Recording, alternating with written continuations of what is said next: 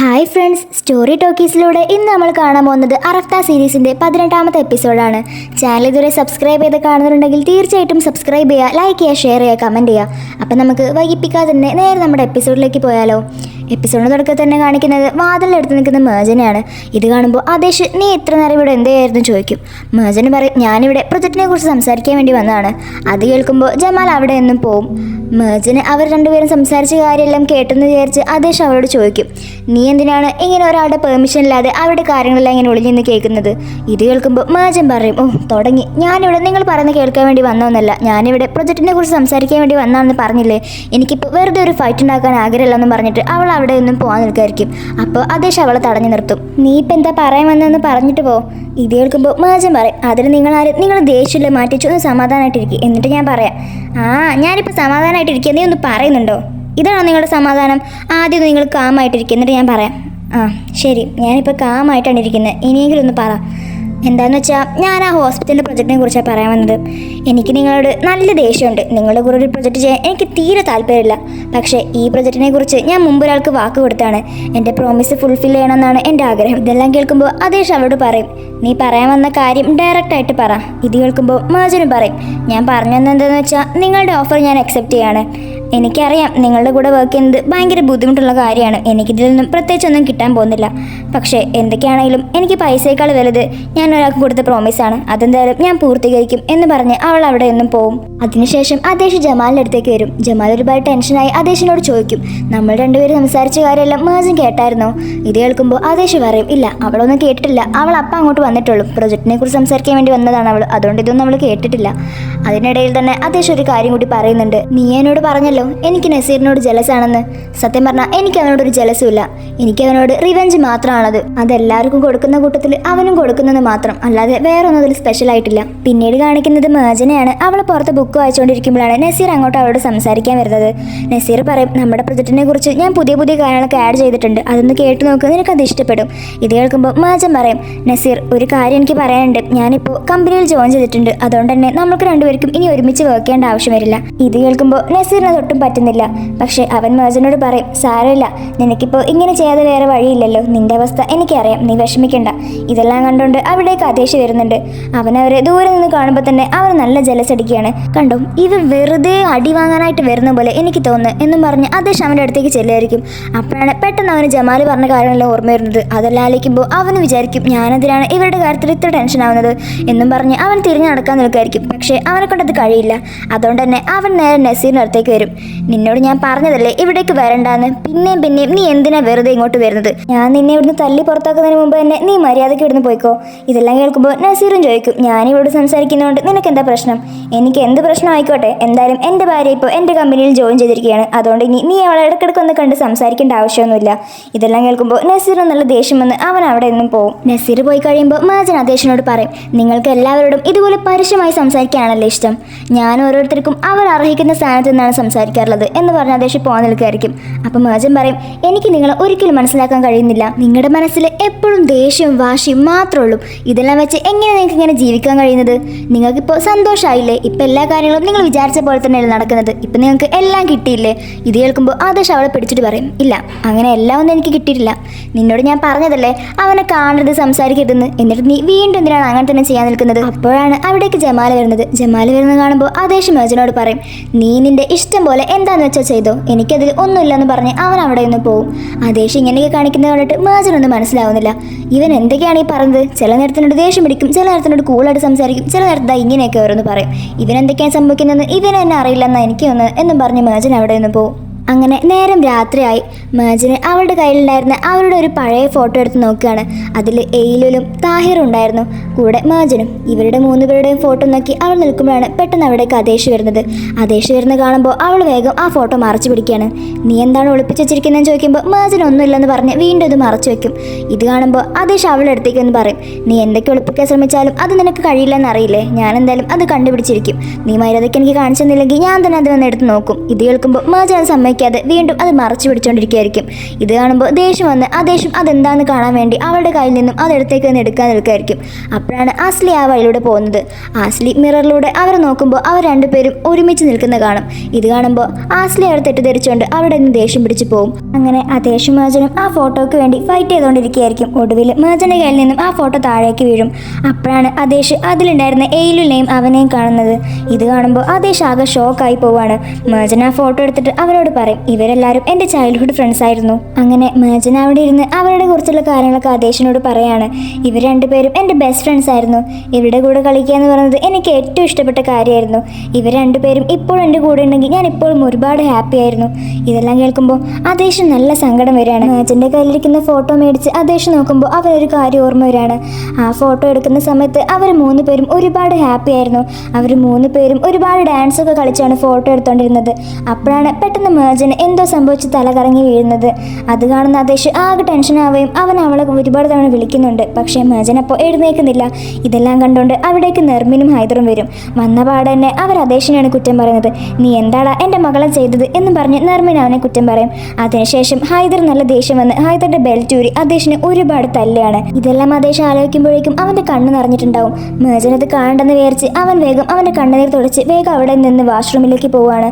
അതിനുശേഷം അവൻ ആകെ ദേഷ്യവും സങ്കടവും എല്ലാം വന്ന് അവന്റെ ഷർട്ടെല്ലാം വലിച്ചൂരാണ്. ഇതാണ് മേജൻ നമ്മുടെ രണ്ടുപേരുടെയും വലിയൊരു വ്യത്യാസം.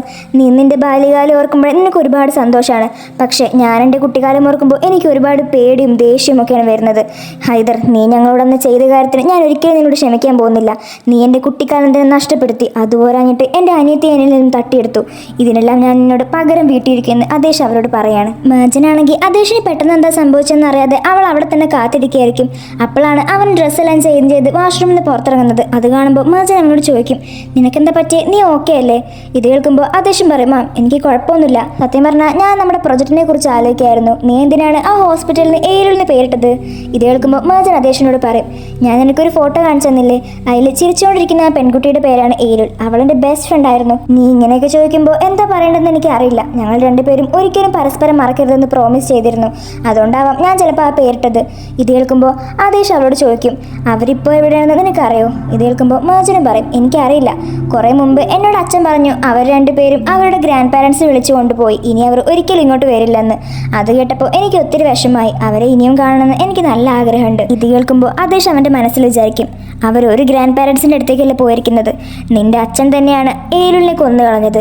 അവരോട് ഞാനിതിന് പകരം വീട്ടിയിരിക്കും. അതിനുശേഷം മേജൻ അതേഷിനോട് വീണ്ടും പറയും, ആ ഫോട്ടോയിൽ ഒരു ആൺകുട്ടി കൂടിയുണ്ട്. അത് അവളുടെ സഹോദരനായിരുന്നു. അവൻ്റെ പേര് എനിക്ക് അത്ര ഓർമ്മ കിട്ടുന്നില്ല. പക്ഷെ അവരുമായിട്ട് ഞാൻ ഭയങ്കര കമ്പനിയായിരുന്നു. അവൻ്റെ പേരും എനിക്ക് അത്ര അങ്ങോട്ട് ഓർമ്മ കിട്ടുന്നില്ല. എന്തോ മാഹിറോ കാദിറോ അങ്ങനെ എന്തോ ആയിരുന്നു. എനിക്കത് അത്ര വ്യക്തമല്ല. ഇത് കേൾക്കുമ്പോൾ അതേഷ് അവൻ്റെ മനസ്സിൽ വിചാരിക്കും, പക്ഷെ എനിക്ക് നിന്നെ നല്ല ഓർമ്മയുണ്ട് മേജൻ.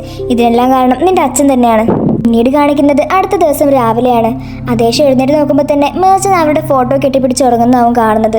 ഇത് കാണുമ്പോൾ അതേഷ് അവളുടെ അടുത്തേക്ക് വന്ന് അവളുടെ ഫേസിൽ ഇങ്ങനെ തൊടാൻ നിൽക്കുകയായിരിക്കും. പെട്ടെന്ന് അവനെ അതൊന്നും വേണ്ടെന്ന് വിചാരിച്ച് അവിടെ നിന്നും പോകാൻ നിൽക്കുകയായിരിക്കും. അപ്പോഴാണ് പെട്ടെന്ന് മേജൻ പിറകിൽ നിന്ന് താഹിർ എന്ന് വിളിക്കുന്നത്. ഇത് കേൾക്കുമ്പോൾ അതേഷ് ആകെ ഷോക്കായി പോകും. അവൻ തിരിഞ്ഞു നോക്കുമ്പോൾ മേജൻ എഴുന്നേറ്റിട്ടുണ്ടാവും. സത്യം പറഞ്ഞാൽ അവൾ സ്വപ്നത്തിൽ കണ്ട പേരായിരുന്നു അത്. മേജൻ വേഗം എഴുന്നേറ്റ് അതേഷിൻ്റെ അടുത്ത് വന്ന് പറയും, ഞാൻ ഇന്നലെ എന്നോട് പറഞ്ഞില്ലേ ഏലുൽ, അവൻ്റെ സഹോദരൻ്റെ പേര് എനിക്ക് കിട്ടി. അവൻ്റെ പേര് താഹിർ എന്നായിരുന്നു. ഞാനിന്ന് അവനെ സ്വപ്നത്തിൽ കണ്ടു. ഇത് കേൾക്കുമ്പോൾ അതേഷ് ആകെ ഷോക്കായി ചോദിക്കും, അവനെ നീ സ്വപ്നത്തിൽ കണ്ടോ? അപ്പോൾ അവൾ പറയും, ആ ഞാൻ കണ്ടു. ഞാൻ ഉറങ്ങിക്കൊണ്ടിരിക്കുകയായിരുന്നു. അപ്പോൾ അവൻ എൻ്റെ അടുത്ത് വന്നിരിക്കും. അതിനുശേഷം എൻ്റെ മുടി എൻ്റെ ഫേസിൽ വന്ന് കിടക്കുന്നതുകൊണ്ട് അവൻ അത് മാറ്റിത്തരും. അതിനുശേഷം അവൻ എന്നെ പൊതുപ്പിച്ചുകൊണ്ട് എഴുന്നേറ്റ് പോവും. ഇതെല്ലാം ഞാൻ സ്വപ്നത്തിൽ കണ്ടത്. ഇത് കേൾക്കുമ്പോൾ അതേഷ് അവളോട് പറയും, ഇന്നലെ രാത്രി മൊത്തം നമ്മൾ അവരെക്കുറിച്ചല്ല സംസാരിച്ചത്. അതുകൊണ്ടായിരിക്കും നിന്റെ സ്വപ്നത്തിൽ അവർ വന്നത്. എന്തായാലും അവരിവിടുത്തെ വേലക്കാരുടെ മക്കളായിരുന്നില്ലേ, അതുകൊണ്ട് അവരെക്കുറിച്ച് എന്തിനാ ആലോചിക്കുന്നതെന്നും പറഞ്ഞ് അവൻ അവിടെ നിന്നും പോകാൻ നിൽക്കുകയായിരിക്കും. ഇത് കേൾക്കുമ്പോൾ മേജന് നല്ല ദേഷ്യം വരും. അതേഷ്, നീ ഇപ്പോൾ എന്താ പറയുന്നത് നിനക്കറിയോ? നീ ഇപ്പോൾ താഹിറിനെയും മേലുലിനെയും കുറിച്ചാണ് പറഞ്ഞത്. അവരെക്കുറിച്ച് എന്തെങ്കിലും സംസാരിക്കുമ്പോൾ നീ സൂക്ഷിച്ച് വേണം സംസാരിക്കാൻ. എന്തൊക്കെയാണെങ്കിലും അവരെൻ്റെ ബെസ്റ്റ് ഫ്രണ്ട്സ് ആയിരുന്നു. അവരെക്കുറിച്ച് എന്തെങ്കിലും പറയുന്നതിന് മുമ്പ് നീ നല്ലോണം ചിന്തിച്ച് വേണം പറയാൻ എന്നും പറഞ്ഞ് മേജൻ അവിടെ നിന്ന് ദേഷ്യം പിടിച്ച് വാഷ്റൂമിലേക്ക് പോകും. ഇതെല്ലാം കാണുമ്പോൾ സത്യം പറഞ്ഞാൽ അതേഷിന് നല്ല സന്തോഷമാവും. അതിനുശേഷം മേജൻ നേരെ പോകുന്നത് അവളുടെ അമ്മയുടെ അടുത്തേക്കാണ്. നെർമിനോട് അവൾ ചോദിക്കും, നിങ്ങൾക്ക് ഏലുലിനെയും താഹിറിനെയും ഓർമ്മയുണ്ടോയെന്ന്. ഇത് കേൾക്കുമ്പോൾ അവരൊക്കെ ആരാന്ന് ചോദിക്കുമ്പോൾ മേജൻ പറയും, ഞാനിവിടെ ചെറിയ കുഞ്ഞായിരുന്ന സമയത്ത് ഇവിടെ ഉണ്ടായിരുന്ന 2 കുട്ടികൾ താഹിറും ഏലുലും, അവർ നിങ്ങൾക്ക് ഓർമ്മയുണ്ടോ? അവർക്ക് എന്താ ഇപ്പോൾ സംഭവിച്ചത്? ഇത് കേൾക്കുമ്പോൾ അവളുടെ അമ്മയ്ക്ക് എന്തോ ഒരു മാതിരി തോന്നും. അവർ പറയും അവരൊക്കെ എനിക്കെങ്ങനെ അറിയാനാണ്, വേണമെങ്കിൽ നീ നിന്റെ അച്ഛനോട് ചെന്ന് ചോദിച്ചു നോക്ക്. ഇത് കേൾക്കുമ്പോൾ മേജൻ അവിടെ നിന്നും പോവും. പിന്നീട് കാണിക്കുന്നത് അദേശിനെയാണ്. അവൻ ഇന്ന് രാവിലെ മേജന് അവൻക്കും എയിലുളിന് വേണ്ടി സംസാരിച്ച കാര്യമെല്ലാം ആലോചിച്ച് ഒരുപാട് ഹാപ്പി ആയിട്ടിരിക്കുകയായിരിക്കും. അപ്പോഴാണ് അവിടെ മേജന്റെ ഫോണിൽ നിന്ന് റിങ് ചെയ്യുന്നത് കാണുന്നത്. അത് കാണുമ്പോൾ അദേശിന്റെ മൂടങ്ങ് പോവും. ഇവൻ എൻ്റെ കയ്യിൽ നിന്ന് അടി ഇറന്ന് വാങ്ങുകയാണല്ലോ, നീ ഇപ്പൊ കല്യാണം കഴിഞ്ഞൊരു പെണ്ണിനെയാണ് ഇങ്ങനെ വിളിക്കുന്നതെന്ന് പറഞ്ഞ് അവൻ ആ കോള് കട്ട് ചെയ്യും. അപ്പോഴാണ് കറക്റ്റ് സമയത്തിന് മേജൻ അങ്ങോട്ട് വരുന്നത്. അവന്റെ കയ്യിൽ അവളുടെ ഫോൺ കാണുമ്പോൾ അവൾ ചോദിക്കും, നീ എൻ്റെ ഫോൺ ഉപയോഗിച്ച് എന്താ ചെയ്യുന്നത്? ഞാൻ കുറേ നേരമായിട്ട് എൻ്റെ ഫോൺ തിരഞ്ഞു നടക്കായിരുന്നു, അത് ഇവിടെ ആയിരുന്നല്ലേ? ഇത് കേൾക്കുമ്പോൾ അദേശ് പറയും, ആ നീ നിന്റെ ഫോൺ ഇവിടെ വെച്ച് പോയെന്നാ തോന്നുന്നത്, നിന്റെ കാര്യങ്ങളൊക്കെ നിനക്ക് എപ്പോഴും ശ്രദ്ധ വേണമെന്ന് പറഞ്ഞ് അദേശ് അവിടെ നിന്ന് പോവും. അദേശിന്റെ പിറകെ തന്നെ മേജനും പോവും. അദേശ് നീ ഇപ്പോൾ ഓഫീസിലേക്കാണോ പോകുന്നത്? എനിക്ക് ഞാൻ നിന്റെ കൂടെ വരാം, എനിക്കെന്തായാലും കുറേ വർക്ക്സ് പെൻഡിങ്ങിലുണ്ട്. ഇത് കേൾക്കുമ്പോൾ അദേശ് പറയും, ഇല്ല ഞാനിപ്പോൾ ഒരു അത്യാവശ്യ കാര്യത്തിന് പോവാണ്, അത് കഴിഞ്ഞിട്ട് ഞാൻ നിന്നെ പിക്ക് ചെയ്യാൻ വരാം. ഓ നിനക്ക് ബിസി ആണെങ്കിൽ വേണ്ട, ഞാൻ ഒറ്റയ്ക്ക് പോയിക്കോളാം, അതൊന്നും കുഴപ്പമില്ല. നിന്നോട് ഞാൻ പറഞ്ഞതല്ലേ ഞാൻ നിന്നെ കൊണ്ടുവരാൻ വരാമെന്ന്, അപ്പോൾ പിന്നെ അതങ്ങ് കേട്ടാൽ പോരെ, ഞാൻ നിന്റെ ബോസ് മാത്രമല്ല ഹസ്ബൻഡും കൂടിയാണെന്ന് പറഞ്ഞ് അദേശ് അവിടെ നിന്നും പോവും. ഇത് കേൾക്കുമ്പോൾ മേജൻ ആലോചിക്കും, എന്നാണാവോ ഈ ദിവസമൊക്കെ ഒന്ന് കഴിഞ്ഞ് കിട്ടുക, 157 ദിവസം ഇവനെ സഹിച്ച് നിൽക്കണമല്ലോ. അപ്പോഴാണ് അവിടേക്ക് ഹൈദർ വരുന്നത് കാണുന്നത്. അത് കാണുമ്പോൾ മേജൻ നേരെ ഹൈദറിനോട് പോയി ചോദിക്കും, അച്ഛാ നിങ്ങൾക്ക് ഓർമ്മയുണ്ടോ എയിലുളിനെയും താഹിറിനെയും? എയിലുളിന് ഒരു സഹോദരൻ ഉണ്ടായിരുന്നു, അവൻ്റെ പേരാണ് താഹിർ. അവരൊക്കെ ഇപ്പം എവിടെയാണെന്ന് അച്ഛൻ ഓർമ്മയുണ്ടോ? ഇത് കേൾക്കുമ്പോൾ ഹൈദർ അവരുടെ പണ്ടത്തെ കാലം ആലോചിക്കും. ഹൈദർ എയിലുളിനെ പിടിച്ചുകൊണ്ട് പോകുന്നതും അദേശിനെ ഉപദ്രവിക്കുന്നതും ഇതെല്ലാം അവനക്ക് നല്ല ഓർമ്മയുണ്ട്. അവൻ പറയും, ആ എനിക്ക് ഓർമ്മയുണ്ട്, നീ ഇപ്പം എന്താ അവരെ കുറിച്ച് ആലോചിക്കുന്നത്? അവൾ പറയും, ഞാൻ ഇന്നലെ അവരുടെ ഒരു ഫോട്ടോ കണ്ടിരുന്നു, അപ്പോൾ എനിക്ക് അവരെ കുറിച്ച് ഓർമ്മ വന്നതാണ്. അവരിപ്പോൾ എവിടെയെന്ന് അച്ഛൻ അറിയോ? ആ ഞാൻ നിന്നോട് പറഞ്ഞിരുന്നില്ലേ, അവരുടെ ഗ്രാൻഡ് പാരൻസ് വന്നപ്പോൾ അവർ പോയി, ഇപ്പോൾ എവിടെയെന്നൊന്നും എനിക്കറിയില്ല, എങ്കിലും അവരുടെ അഡ്രസ്സോ ഫോൺ നമ്പറോ എന്തെങ്കിലും ഉണ്ടോ? എനിക്കിപ്പോൾ അവരെ കാണാൻ തോന്നുന്നു. ഇത് കേൾക്കുമ്പോൾ ഹൈദറും പറയും, ഇല്ല അവരുടെ അഡ്രസ്സോ കാര്യമൊന്നും എനിക്കില്ല, മോളെന്തിനാണ് ഇപ്പോൾ അവരെയൊക്കെ അന്വേഷിച്ച് പോകുന്നത്? ഇത് കേൾക്കുമ്പോൾ മേജൻ പറയും, അവരെൻ്റെ ബെസ്റ്റ് ഫ്രണ്ട്സ് ആയിരുന്നില്ലേ, അവരെനിക്ക് കാണണം തോന്നി, ഇപ്പം എന്തായാലും എനിക്ക് അവരെ ഒന്ന് കണ്ടാൽ കൊള്ളാം. ഇത് കേൾക്കുമ്പോൾ ഹൈദറും പറയും, ഇല്ല മോളെ അവരെ നിനക്ക് കാണാൻ പറ്റുമെന്ന് തോന്നുന്നില്ല, കാരണം എയിലില് അവളിപ്പോൾ മരിച്ചുപോയി, അവൾക്കെന്തോ ഒരു അസുഖം കാരണമാണ് അവൾ മരിച്ചു പോയത്. പിന്നെ താഹിറിൻ്റെ കാര്യമാണെങ്കിൽ എനിക്കറിയില്ല, അവനെ പിന്നെ അതിനുശേഷം ആരും കണ്ടിട്ടുമില്ല, അതുകൊണ്ട് അവരെ കണ്ടുപിടിക്കുക എന്നുള്ളത് അത്ര എളുപ്പമുള്ള പണിയൊന്നുമല്ല. ഇത് കേൾക്കുമ്പോൾ മേജൻ ആകെ ഷോക്കാവും, എന്ത് എയിലിൽ മരിച്ചുപോയോ എന്ന് പറഞ്ഞ് അവൾ അവിടെ കരയും. പിന്നീട് കാണിക്കുന്നത് അദേശിനെയാണ്. അവൻ വേറെ എവിടേക്കല്ല വന്നിരിക്കുന്നത്, എയിലിൻ്റെ ശ്മശാനത്തിലേക്കാണ്. അവിടെ ഇരുന്ന് അവൻ ഒരുപാട് നേരം കരഞ്ഞുകൊണ്ട് സംസാരിച്ചുകൊണ്ടിരിക്കുമ്പോഴാണ് അവിടേക്ക് മേജൻ വരുന്നത് കാണുന്നത്. അതുകൊണ്ട് തന്നെ അദേശ് വേഗം അവിടെ നിന്ന് എഴുന്നേറ്റ് മാറി നിൽക്കും. മേജനും അത് കണ്ട് ഒരുപാട് വിഷമത്തോടെ അവിടെ ഇരുന്ന് കരയുകയായിരിക്കും. ഇതെല്ലാം കാണുമ്പോൾ അദേശ് ആകെ അത്ഭുതത്തോട് പറയും, ചിലപ്പോഴൊക്കെ എനിക്ക് തോന്നാറുണ്ട് നീ ആ ഹൈദറിൻ്റെ മകൾ തന്നെയാണോ എന്ന്. അങ്ങനെ കുറച്ചു നേരം അവിടെ മാറുന്നതിന് ശേഷം അദേശ് മേജൻ്റെ അടുത്തേക്ക് വന്ന് ചോദിക്കും, നീ ഇവിടെ എന്താ ചെയ്യുന്നത്? ഇത് കേൾക്കുമ്പോൾ മേജൻ ആകെ ഷോക്കായി പോകും. അവളിവിടെ ഒരിക്കലും അവനെ പ്രതീക്ഷിച്ചിട്ടില്ലല്ലോ. അതുകൊണ്ട് തന്നെ അവൾ നേരെ തിരിച്ചു ചോദിക്കും, അല്ല നീ ഇവിടെ എന്താ ചെയ്യുന്നത്? സത്യം പറഞ്ഞാൽ ഞാൻ നിന്നെ പിക്ക് ചെയ്യാൻ വേണ്ടി വീട്ടിലേക്ക് വന്നിരുന്നു, അപ്പോൾ അവരാ പറഞ്ഞത് നീ ഇവിടെ ഉണ്ടെന്ന്. ഇവിടെ പിന്നെ അത്ര സേഫ്റ്റി ഉള്ള സ്ഥലമല്ലല്ലോ, അതുകൊണ്ടാണ് ഞാൻ ഇങ്ങോട്ട് വന്നത്. അത് കേൾക്കുമ്പോൾ മേജൻ അവനോട് നന്ദി പറയും. അതിനുശേഷം അവനക്ക് എയിലുളുടെ ശ്മശാനം കാണിച്ചു കൊടുക്കും. കണ്ടോ, ഇതാണ് എയിലുളുടെ ശ്മശാനം. അവൾ മരിച്ചുപോയ കാര്യമില്ല ഞാൻ ഇപ്പോഴാണ് അറിയുന്നത്. ഇത് ഇത്രയും കാലമായിട്ടും അച്ഛൻ എന്നോട് മറച്ചു വെച്ചിരുന്നു. ഇപ്പോഴാണ് ഇതെല്ലാം എന്നോട് അച്ഛൻ പറയുന്നത്. എനിക്കിതെല്ലാം ആലോചിച്ചിട്ട് ഒരുപാട് വിഷമാവാണ്. അവൾ ഇത്ര പെട്ടെന്ന് തന്നെ പോകുന്നു ഞാൻ ഒരിക്കലും വിചാരിച്ചില്ല. എനിക്ക് അവളെ വീണ്ടും കാണണമെന്നുണ്ടായിരുന്നു, പക്ഷേ അത് നടന്നില്ല എന്നെല്ലാം പറഞ്ഞ് അവൾ ഓരോ കാര്യങ്ങൾ ഇങ്ങനെ പറയാണ് എയിലിനെ കുറിച്ച്. പക്ഷേ ഇതെല്ലാം മേജനേക്കാളും അദേശിനാണ് കൊള്ളുന്നത്. അവനതെല്ലാം കേട്ടിട്ട് ഒരുപാട് സങ്കടമാവുന്നുണ്ട്. അതിനുശേഷം അവർ രണ്ടുപേരും അവിടെ നിന്ന് ഇറങ്ങും. അപ്പോഴും മേജൻ അവരെ കുറിച്ച് തന്നെയാണ് അദേശിനോട് പറയുന്നത്. ഞാൻ പറഞ്ഞില്ലേ എയിലിന് ഒരു സഹോദരൻ ഉണ്ടായിരുന്നു, അവൻ്റെ പേര് താഹിറായിരുന്നു. അവനെക്കുറിച്ച് ഒരുപാട് കാര്യങ്ങളൊന്നും ഓർമ്മയില്ലെങ്കിലും ചില കാര്യങ്ങളൊന്നും ഞാൻ മറന്നിട്ടില്ല. അവൻ്റെ സഹോദരി എയിലിന് വെച്ച ജീവനായിരുന്നു. അവൻ അവളെ ഒരുപാട് കെയർ ചെയ്തിട്ടായിരുന്നു നോക്കിയിരുന്നത്. അവൻക്ക് അവളെ സഹോദരിയെ എന്തൊരു ഇഷ്ടമായിരുന്നെന്നറിയോ? അവർ തമ്മിൽ നല്ല കൂട്ടായിരുന്നു. അവൻ അവളെ മാത്രമല്ല എന്നെയും ഒരുപാട് ഇഷ്ടമായിരുന്നു. എന്നെയും അവന് ഒരുപാട് കെയറോട് കൂടിയാണ് നോക്കിയിരുന്നത്. ഞങ്ങൾ 3 പേരും ഭയങ്കര ബോണ്ടായിരുന്നു. അവൻ ഞങ്ങളുടെ കൂടെ കളിക്കുകയും ചിരിക്കുകയും തമാശ പറയും ഒക്കെ ചെയ്തിരുന്നാലും അവൻ ഞങ്ങളുടെ പോലെ നല്ലായിരുന്നു. നല്ല ബോൾഡായിരുന്നു. അവൻ എല്ലാ കാര്യവും നേരിടാനുള്ളൊരു കഴിവുണ്ടായിരുന്നു. ഭയങ്കര സ്ട്രോങ് ആയിരുന്നു അവൻ. ഈ ലുലിൻ്റെ ഈ കാര്യമെല്ലാം അറിഞ്ഞപ്പോൾ അവൻ എത്രത്തോളം വിഷമായി കാണും. ഇതെല്ലാം അവൻ എങ്ങനെയാണോ സഹിച്ചത് എന്നെല്ലാം മേജന് അവനെക്കുറിച്ച് തന്നെ ഇങ്ങനെ അവനോട് പറയായിരിക്കും. ഇതെല്ലാം കേൾക്കുമ്പോൾ അദേശിൻ്റെ കൺട്രോൾ പോകുന്നു വിചാരിച്ചിട്ട് അവൻ അവളോട് പറയും, അതെ നിന്റെ ചൈൽഡ്ഹുഡ് മെമ്മറീസ് ഒക്കെ പറഞ്ഞു കഴിഞ്ഞോ, ഒന്ന് മതിയാക്ക്, കുറേ നേരമായില്ലേ ഇതെന്നെ പറഞ്ഞുകൊണ്ടിരിക്കുന്നത്, എനിക്ക് വേറെ ഒരുപാട് ജോലിയുണ്ട്, ഇതെല്ലാം കഴിഞ്ഞ് നമുക്ക് പോകാമായിരുന്നു. ഇത് കേൾക്കുമ്പോൾ മേജൻ നല്ല ദേഷ്യം വരും. അതിന് ഞാൻ നിന്നെ ഇങ്ങോട്ട് നിർബന്ധിച്ച് കൊണ്ടുവന്നതല്ലല്ലോ, നീ നിന്റെ ഇഷ്ടപ്രകാരം തന്നെ വന്നതല്ലേ എന്നും പറഞ്ഞ് അവളും ദേഷ്യം പിടിച്ച് അവൻ്റെ വണ്ടി കയറിയിരിക്കും. അങ്ങനെ അവർ രണ്ടുപേരും കൂടി നേരെ ഓഫീസിലേക്കാണ് പോകുന്നത്.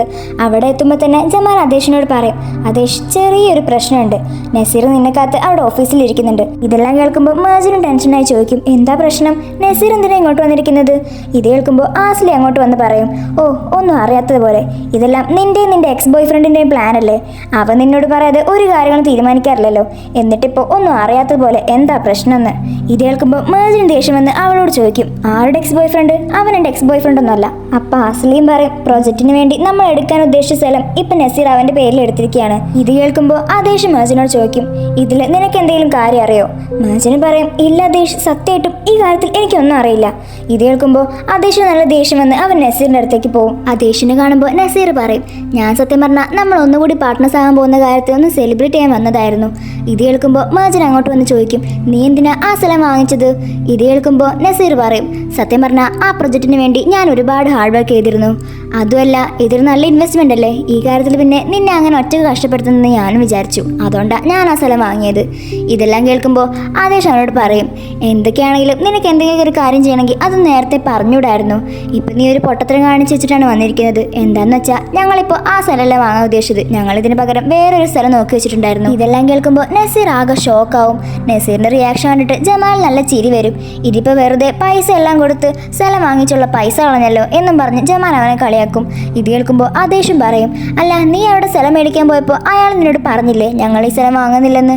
ഓ, അയാൾ പറഞ്ഞിട്ടുണ്ടാവില്ല, അതുകൊണ്ടല്ലേ ഇപ്പം ഈ അവസ്ഥയിൽ ഞങ്ങൾ മുന്നിൽ ഇങ്ങനെ നാണം കെട്ട് നിൽക്കുന്നത്. ഇതും കൂടി കേൾക്കുമ്പോൾ നസീറിൻ്റെ വയർ നിറയും. മേജൻ്റെ മുന്നിൽ ആകെ ചമ്മി നാറി നിൽക്കുകയാണെങ്കിലും അവൻ്റെ കോൺഫിഡൻസ് അവൻ വിട്ടിട്ടില്ല. ഇത് പോയാൽ പോട്ടെ, ഇതല്ലെങ്കിൽ വേറെ ഒന്ന്, എനിക്ക് പ്രശ്നമൊന്നുമില്ല. ഇതെല്ലാം കേൾക്കുമ്പോൾ ജമാൽ അവൻ കൂടുതൽ നാണം കിടന്ന് വിചാരിച്ചിട്ട് വേഗം പോയി വാതിൽ തുറക്കും. ഇത് കാണുമ്പോൾ നസീർ ആകെ ഇൻസൾട്ടഡ് ആയ പോലെ ഫീൽ ആവും. അവൻ പറയും, അതേഷ് നീ ഒരുപാട് സ്മാർട്ടാണെന്ന് വിചാരിക്കണ്ട എന്നും പറഞ്ഞ് അവൻ അവിടെ നിന്നും പോവും. അവൻ പോയി കഴിയുമ്പോൾ ജമാൽ ആദേശിനോട് പറയും, ഞാൻ 2-3 സ്ഥലങ്ങളെല്ലാം നോക്കി വെച്ചിട്ടുണ്ട്, നീ അതൊന്ന് പോയി കൺഫേം ചെയ്താൽ മതി. അങ്ങനെയാണെങ്കിൽ നമുക്കിപ്പോൾ തന്നെ സ്ഥലം കാണാൻ പോയാലോന്ന് അവൻ മേജനോട് ചോദിക്കും. മേജനും അതിന് സമ്മതമായിരിക്കും. അങ്ങനെ അവർ പോകാൻ നിൽക്കുമ്പോഴാണ് ഞാനും കൂടി ഉണ്ടെന്ന് ആസ്ലി പറയുന്നത്. അത് കേൾക്കുമ്പോൾ ആദേശ് പറയും, നീ വരേണ്ട ആവശ്യമില്ല, ഇപ്പം ഇവിടെ ആരെങ്കിലും വേണ്ടേ? നീയും കൂടി വന്നാൽ ഓഫീസിൽ ആരും ഉണ്ടാവില്ലല്ലോ. അത് കേൾക്കുമ്പോൾ ആസ്ലി പറയും, അതിനിവിടെ ജമാലുണ്ടല്ലോ. പക്ഷേ ആദേശ് അതിന് സമ്മതിക്കില്ല. അവൻ്റെ കൂടെ നീ കൂടി വേണമെന്ന് പറഞ്ഞ് അവർ രണ്ടുപേരും കൂടി അവിടെ നിന്നും പോവും. ഇതെല്ലാം കാണുമ്പോൾ ആസ്ലിക്ക് നല്ല ദേഷ്യം വരുന്നുണ്ട്. പിന്നീട് കാണിക്കുന്നത് ആദേശിനെയും മേജനെയാണ്. അവർ രണ്ടുപേരും ജമാൽ പറഞ്ഞ സ്ഥലത്തേക്ക് പോയിക്കൊണ്ടിരിക്കുകയാണ്. പോകുന്നതിനിടയിൽ ആദേശ് ഒന്നും മിണ്ടാതിരിക്കുന്നതുകൊണ്ട് തന്നെ മേജൻ നല്ല ബോറടിക്കുന്നുണ്ട്. ഒരുപാട് തവണ അവളും മിണ്ടാതിരുന്നെങ്കിലും അവൾക്ക് ബോറടി കാരണം അവൾ പാട്ടിടും. അവൾ പാട്ടിടുന്ന കേൾക്കുമ്പോൾ അതൊന്നും ഇഷ്ടപ്പെടാഞ്ഞിട്ട് ആദേശ് അത് ഓഫ് ചെയ്യും. ഇതും കൂടി ആകുമ്പോൾ മേജൻ നല്ല ബോറടിക്കും. പക്ഷേ മേജൻ അങ്ങനെ വെറുതെ ഇരിക്കാൻ കഴിയില്ലല്ലോ. അവൾ കയ്യിലിരിക്കുന്ന ഒരു താക്കോല് വെച്ച് തിരിച്ചു മറിച്ചും ഇങ്ങനെ ഇട്ടുകൊണ്ടിരിക്കുകയായിരിക്കും. അതിൻ്റെ സൗണ്ട് കേൾക്കുമ്പോൾ ആദേശ് നല്ല ഇറിറ്റേഷൻ ആവും. അവനത് അവളെ കൈ പിടിച്ചുകൊണ്ട് അത് തടയും. അതുകൊണ്ട് തന്നെ അവളും മിണ്ടാതിരിക്കും. ഇവളിങ്ങനെ നോക്കി നിൽക്കുന്ന കാണുമ്പോൾ അവന് അവൾ അന്ന് ആ പച്ച ഡ്രസ്സിൽ സുന്ദരിയായി വന്ന കാര്യം ഇങ്ങനെ ആലോചിച്ചുകൊണ്ടിരിക്കുകയായിരിക്കും. അവന് ഫുൾ അത് തന്നെ ആലോചിച്ച് ഇങ്ങനെ സ്വപ്നം കണ്ടുകൊണ്ടിരിക്കുകയായിരിക്കും. അപ്പം അവൻ അവളോട് പറയും, നീ ആ ഗ്ലാസ് ഒന്ന് പൊന്തിച്ചേക്ക്. ഇത് കേൾക്കുമ്പോൾ മേജൻ പറയും, ഇതെന്താ ഇത്? ഞാൻ ഈ റോബോട്ടൊന്നല്ല, ഒരു മനുഷ്യനാണ്. നിങ്ങൾ പറയുന്ന കാര്യങ്ങളെല്ലാം അതേപോലെ അനുസരിക്കാനൊന്നും എനിക്ക് കഴിയില്ല. എനിക്ക് എൻ്റെതായ ഓരോ ഇഷ്ടങ്ങളൊക്കെ ഉണ്ടാവില്ലേ? ഇങ്ങനെയൊക്കെ അവൾ ആദ്യം പറയുന്നുണ്ടെങ്കിലും പിന്നീട് അവൾ തന്നെ ആ ഗ്ലാസ് പൊന്തിക്കും. അതിനുശേഷം അവൾ പറയും, എനിക്ക് നല്ല ഉറക്കം വരുന്നുണ്ട്, ഞാൻ ഉറങ്ങാൻ പോവാം എന്നും പറഞ്ഞ് അവൾ കണ്ണും ചിമ്മി കിടക്കും. ഇയാളൊരു വല്ലാത്ത സാധനം തന്നെ.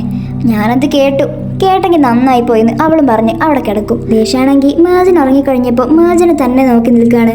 ഡ്രൈവിങ്ങിൽ നിന്നും അവൻ്റെ ശ്രദ്ധ ചെറുതായിട്ടൊന്ന് മാറുന്നതുകൊണ്ട് തന്നെ വണ്ടി ചെറുതായിട്ടൊന്ന് പാളിപ്പോവും. അതുകൊണ്ട് തന്നെ അവൻ ആഞ്ഞൊന്ന് ബ്രേക്ക് ചവിട്ടും. മേജനപ്പോൾ പെട്ടെന്ന് ഞെട്ടി എഴുന്നേക്കും. എന്താ ഇപ്പോൾ സംഭവിച്ചത്? ഒന്നുമില്ല, നീ കിടന്നോ, ഞാൻ ഒന്ന് ബ്രേക്ക് പിടിച്ചതാ. അതേഷ്, മര്യാദയ്ക്ക് വണ്ടി ഓടിക്കണം, സൂക്ഷിച്ച് വണ്ടി ഓടിച്ചില്ലെങ്കിൽ എവിടെയെങ്കിലൊക്കെ വണ്ടി ചെന്ന് തട്ടുമെന്ന് പറഞ്ഞ് അവൾ പിന്നെയും കിടന്നുറങ്ങും. പിന്നീട് കാണിക്കുന്നത് ആസ്ലിയുടെ അടുത്തേക്ക് ഇരുന്ന നസീറിനെയാണ്. നമ്മൾ രണ്ടുപേരും ഇത്രയൊക്കെ ആയിട്ടും പരിചയപ്പെട്ടിട്ടില്ല അല്ലേ? സത്യം പറഞ്ഞാൽ നമ്മൾ രണ്ടുപേരും നല്ല ഫ്രണ്ട്സ് ആവേണ്ടതാണല്ലോ. സത്യം പറഞ്ഞാൽ നസീറോട് പറഞ്ഞ കാര്യം വളരെ ശരിയാണ് അല്ലേ? കാരണം രണ്ടുപേരുടെ ആഗ്രഹങ്ങളും ലക്ഷ്യങ്ങളും ഒക്കെ ഒന്ന് തന്നെയാണ്. ഇവരുടെ രണ്ടുപേരുടെയും കോമ്പോ ഒന്നിച്ചാൽ പിന്നെ ഇവിടെ വേറെ പ്രശ്നങ്ങളൊന്നും ഉണ്ടാവില്ല. അപ്പം നമുക്ക് കഥയിലേക്ക് വരാം. നസീർ ഇങ്ങനെ ചോദിക്കുമ്പോൾ ആസ്ലി പറയും, ഞാനെന്തിനാണ് നിന്റെ കൂടെ കമ്പനി ആവുന്നത്? നമ്മൾ രണ്ടുപേരും എന്തിനു ഫ്രണ്ട്സ് ആവണം? ഇത് കേൾക്കുമ്പോൾ നസീറും പറയും, ഞാൻ പറയുന്ന കാര്യങ്ങൾ നീ ഒന്ന് നന്നായിട്ട് ആലോചിച്ച് നോക്ക്. നിനക്ക് ആദേശിനെ കിട്ടണമെന്നാണെങ്കിൽ എനിക്ക് മേജനെ കിട്ടണമെന്നാണ്. നമ്മുടെ രണ്ടുപേരുടെയും ഫീലിങ്സ് എല്ലാം ഒരേപോലെയാണ്. ഞാനന്ന് ആദേശ് മേജനോട് ഡാൻസ് കളിച്ച് നിൽക്കുമ്പോൾ നിന്റെ മുഖം മാറുന്നത് നന്നായിട്ട് ശ്രദ്ധിച്ചിരുന്നു. അപ്പോൾ എനിക്കെന്താണോ സംഭവിച്ചത് അത് തന്നെയാണ് നിനക്ക് സംഭവിച്ചത്. നീ അവിടെ ഉരുക്കി നിൽക്കുന്ന കാര്യം ഞാൻ നന്നായിട്ട് ശ്രദ്ധിച്ചിട്ടുണ്ടായിരുന്നു. അതുകൊണ്ട് തന്നെയാണ് ഞാനിപ്പോൾ നിന്നോട് ഇങ്ങനെ സംസാരിക്കുന്നത്. ഇതെല്ലാം കേൾക്കുമ്പോൾ ആസ്ലി ഒന്നും മിണ്ടാതെ അവിടെ തന്നെ നിൽക്കുകയായിരിക്കും. ഇവരിങ്ങനെ നിൽക്കുന്ന കണ്ടിട്ട് അവിടേക്ക് ജമാൽ വരും. ഇവനെന്താ നിന്നോട് പറഞ്ഞത്? നിന്നോട് ഇവരെന്തെങ്കിലും പറഞ്ഞ് ശല്യം ചെയ്തു എന്ന് ആസ്ലിയോട് അവൻ ചോദിക്കുമ്പോൾ ആസ്ലി പറയും, ഇല്ല, ഇവനെന്നോടൊന്നും പറഞ്ഞിട്ടില്ല. ഇവനെന്തിനാണ് എന്നെ വെറുതെ ശല്യം ചെയ്യുന്നത്? ഇത് കേൾക്കുമ്പോൾ നസീർ നല്ലൊരു ചിരിയും ചിരിച്ചിട്ട് അവിടെ നിന്നും പോകും. പോകും.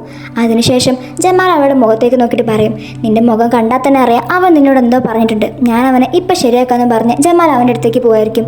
അപ്പോൾ ആസ്ലി അവനെ തടഞ്ഞിട്ട് പറയും, നീ എന്തിനാണ് വെറുതെ അതിൻ്റെ പിറകെ പോകുന്നത്?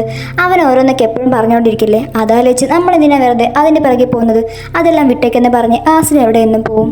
പിന്നീട് കാണിക്കുന്നത് അദേശിനെ മേജനെയാണ്. അവർ രണ്ടുപേരും ഒരുപാട് സ്ഥലങ്ങൾ പോയി കണ്ടിട്ടുണ്ടാവും. ഒരു സ്ഥലത്ത് അദേശ് വണ്ടി നിർത്തുമ്പോൾ മേജൻ അതിൽ നിന്നിറങ്ങി അദേശിനോട് ചോദിക്കും, നമ്മളിപ്പോൾ തന്നെ എത്ര സ്ഥലങ്ങൾ കണ്ടു, നിനക്കാണെങ്കിൽ ഒരു സ്ഥലം പിടിക്കുന്നില്ല, ഇങ്ങനെ പോവാണെങ്കിൽ നമ്മൾ ഈ പ്രൊജക്റ്റ് എല്ലാം ക്യാൻസൽ ചെയ്ത് വീട്ടിൽ തന്നെ ഇരിക്കേണ്ടി വരും, അല്ലാതെ നമ്മൾ എന്താ ചെയ്യുക? ഇത് കേൾക്കുമ്പോൾ അദേശ് പറയും, നീ എന്തിനാണ് ഇപ്പം തന്നെ ഇങ്ങനെ ടെൻഷൻ ആവുന്നത്? നമുക്കിനി കാണാൻ ജമാൽ പറഞ്ഞ ഒരു സ്ഥലം കൂടിയുണ്ട്, അവിടെ കൂടി കണ്ടിട്ട് പറഞ്ഞാൽ പോരെ ഇതെല്ലാം. അങ്ങനെ അവർ രണ്ടുപേരും വീണ്ടും സ്ഥലം കാണാൻ വേണ്ടി വണ്ടിയിൽ കയറി പോവായിരിക്കും. അപ്പോഴാണ് ഒരാളെ നമുക്ക് കാണിച്ചു തരുന്നത്. നസീർ അവർ രണ്ടുപേരും നോക്കാൻ വേണ്ടി ഒരാളെ ഏൽപ്പിച്ചിട്ടുണ്ടാവും. സത്യം പറഞ്ഞാൽ അത് അദേശിനെ കൊല്ലാനായിരിക്കും. അവൻ്റെ കയ്യിൽ ഗണ്ണെല്ലാം ഉണ്ടാവും. അവൻ അദേശിനെ തന്നെ നോക്കി നിൽക്കുന്നത് കാണിച്ചുകൊണ്ട് അറഫ്ത സീരീസിലെ 18ാമത്തെ എപ്പിസോഡിലൂടെ അവസാനിക്കുകയാണ്. ഇനി എന്തൊക്കെയാണ് സംഭവിക്കാൻ പോകുന്നതെന്ന് നമുക്ക് വൈകാതെ തന്നെ അടുത്ത എപ്പിസോഡിൽ കാണാം. ഈ ഒരു എക്സ്പ്ലനേഷൻ എല്ലാവർക്കും ഇഷ്ടപ്പെട്ടെന്ന് വിചാരിക്കുന്നു. ഈ എപ്പിസോഡ് ഇഷ്ടപ്പെട്ടവർ എല്ലാവരും തീർച്ചയായിട്ടും ലൈക്ക് ചെയ്യാനും ഷെയർ ചെയ്യാനും സബ്സ്ക്രൈബ് ചെയ്യാനും കമൻറ്റ് ചെയ്യാനും മറക്കരുത്. അപ്പോൾ അടുത്തൊരു അടിപൊളി വീഡിയോ ആയിട്ട് നമ്മൾ വീണ്ടും വരുന്നതായിരിക്കും. അതുവരെ ബായ്.